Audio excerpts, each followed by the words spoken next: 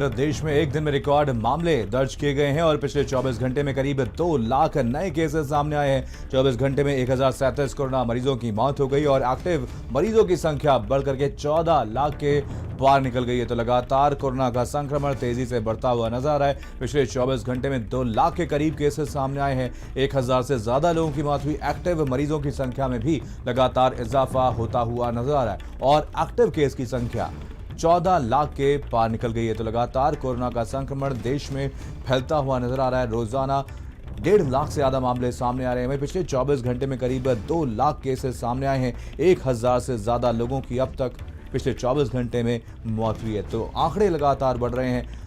देश भर में कोरोना का तांडव लगातार जारी है और देश में एक दिन में रिकॉर्ड मामले अब दर्ज किए जा रहे हैं। तो कोरोना की दूसरी लहर में हालात अब बद से बदतर होते हुए नजर आ रहे हैं। कोरोना मरीजों की संख्या में लगातार इजाफा हो रहा है और एक्टिव केसेस अब 14 लाख के भी पार पहुंच गए हैं। तो आपको बता दें, कोरोना का कहर लगातार बढ़ता हुआ नजर आ रहा है। देश भर में कोरोना के एक्टिव केस में भी लगातार इजाफा होता हुआ नजर आ रहा है और अब देश भर में एक्टिव केसेस की संख्या 14 लाख के पार हो गई है। लखनऊ से खबर, जहां पर यूपी में कोरोना वायरस का कहर लगातार जारी है और प्रदेश में 20,510 नए कोरोना के मामले सामने आए हैं और 24 घंटे में 20,510 कोरोना के केसेस मिले और यूपी में कोरोना के 1,11,835 एक्टिव केसेस हो गए हैं। प्रदेश में अब तक 9,376 लोगों की कोरोना की वजह से मौत हो चुकी है और आपको बता दें 24 घंटे में 2,10,121 सैंपल्स की जांच की गई। इनमें से 90,000 आरटीपीसीआर जांच की गई है।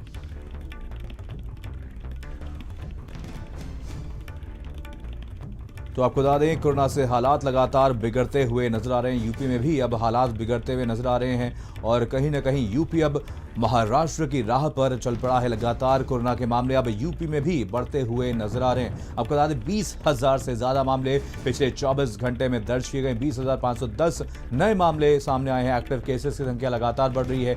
1,11,000 से ज्यादा एक्टिव केस प्रदेश में हो चुके हैं और लगातार ये संख्या बढ़ती हुई नजर आ रही है। और आपको बता दें, यूपी में सबसे ज्यादा प्रभावित शहर लखनऊ है, जहां पर लगातार कोरोना के मामले बढ़ते हुए नजर आ रहे हैं। तो यूपी में भी हालात अब बिगड़ चुके हैं। कोरोना के मामले लगातार बढ़ रहे हैं।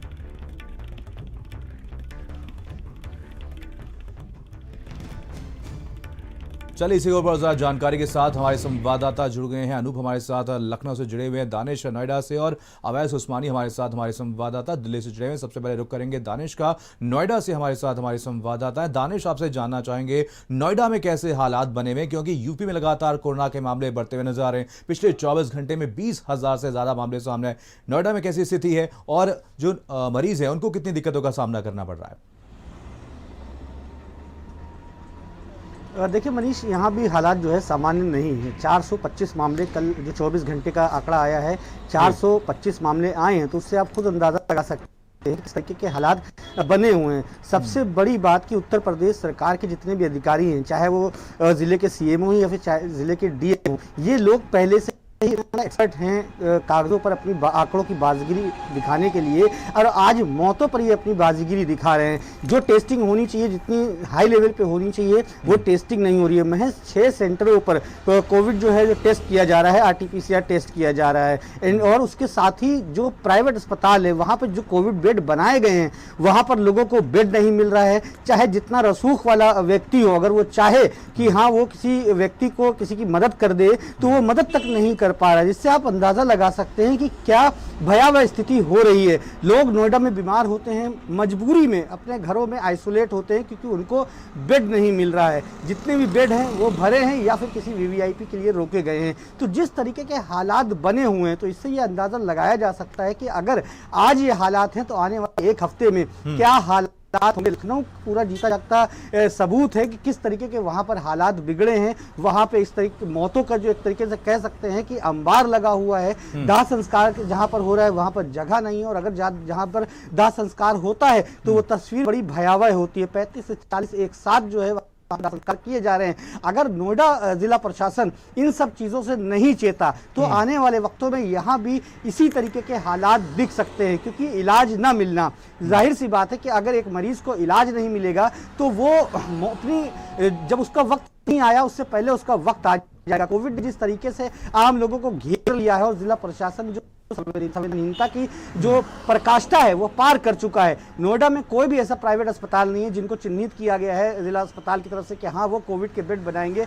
दावा किया गया था कि 1800 बेड जिले में मौजूद है, लेकिन आज की डेट में लोगों को बेड नहीं मिल रहा है, जिससे कहीं ना कहीं ये साफ साबित होता है कि हाँ नोएडा में अभी भी जो कोविड के केसेस हैं वो ज्यादा हैं और शायद यही वजह है कि हाँ बेड की जो कमी है वो यहाँ पर पड़ रही है। फिलहाल जिला प्रशासन को इस पे कड़े कदम उठाने होंगे। नाइट कर्फ्यू जरूर लगाया गया है, लेकिन उसके बावजूद जो दिन में कड़ाई से इसका पालन कोविड नियमों का पालन कराना चाहिए वो बिल्कुल भी यहाँ होता नहीं दिख रहा। जितने भी बाजार है वो खचाखच भरे रहते हैं, जितने भी पॉश एरिया हैं वहां पर अच्छी खासी दानिश आपको रोकना चाहूंगा। अनूप भी हमारे साथ, हमारे संवाददाता लखनऊ से जुड़े हुए हैं।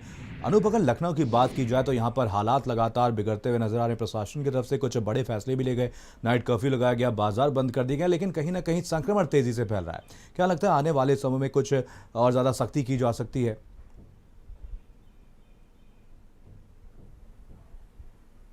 देखिए मनीष, बिल्कुल इससे इनकार नहीं किया जा सकता कि पूरे उत्तर प्रदेश में 24 घंटे के अगर हम आंकड़ों की बात करें तो 20,400 से अधिक आंकड़े आए हैं, जबकि लखनऊ में अकेले ही 5,433 लोग जो है वो कोरोना संक्रमित पाए गए हैं। तो आप समझ सकते हैं कि लखनऊ जो है इस वक्त सबसे ज्यादा जो है भयावह स्थिति में पहुंच गया है। यही वजह है कि भले ही सरकार या प्रशासन की तरफ से जो है कोशिश की जा रही है, लेकिन खुद जो व्यापारी वर्ग है, क्योंकि ये माना जा रहा है कि जो मार्केट है, तमाम जो बाजार हैं, वहां पे जो लोगों की जो भारी भीड़ उमड़ रही है, इसके अलावा वहां पर सोशल डिस्टेंसिंग का पालन नहीं किया जा रहा और बड़ी संख्या में लोग जो अभी भी लापरवाह बने हुए हैं और मास्क नहीं लगा रहे हैं।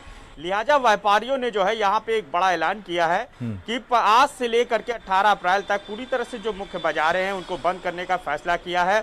एक तरह से कहा जा सकता है कि सेल्फ जो है लॉकडाउन लगाया गया है व्यापारियों की तरफ से, और इसके पीछे की वजह यही है कि जिस तरह से भयावह स्थिति पहुंच रही है लखनऊ में कि लगातार आंकड़ों में कमी नहीं हो रही है, तो व्यापारियों ने एक बड़ा फैसला लिया है।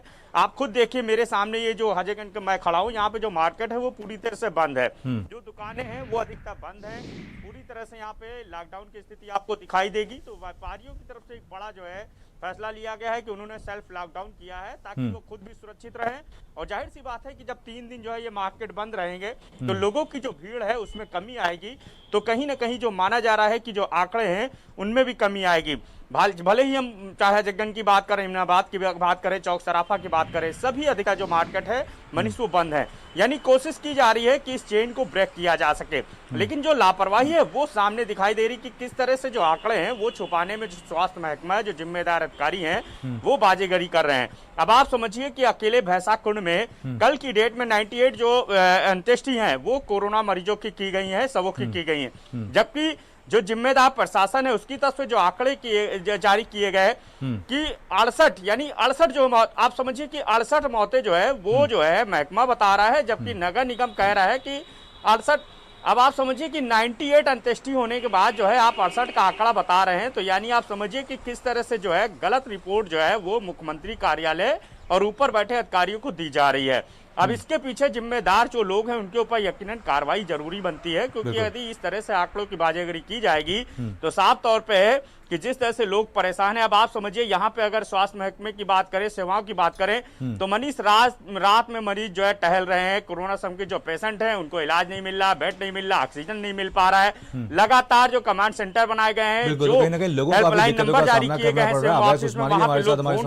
दिल्ली से जुड़े हुए हैं। अवैध कहीं ना कहीं पूरे देश भर में हालात बिगड़ते हुए नजर आ रहे हैं। पिछले कई दिनों से 1.5 लाख से ज्यादा मामले सामने आ रहे हैं। वहीं प्रवासी मजदूरों में अब लॉकडाउन का डर भी है। आपसे जानना चाहेंगे कैसी तस्वीरें आपको देखने को मिल रही हैं, कितनी बड़ी संख्या में लोग अब पलायन करने को मजबूर हो गए हैं?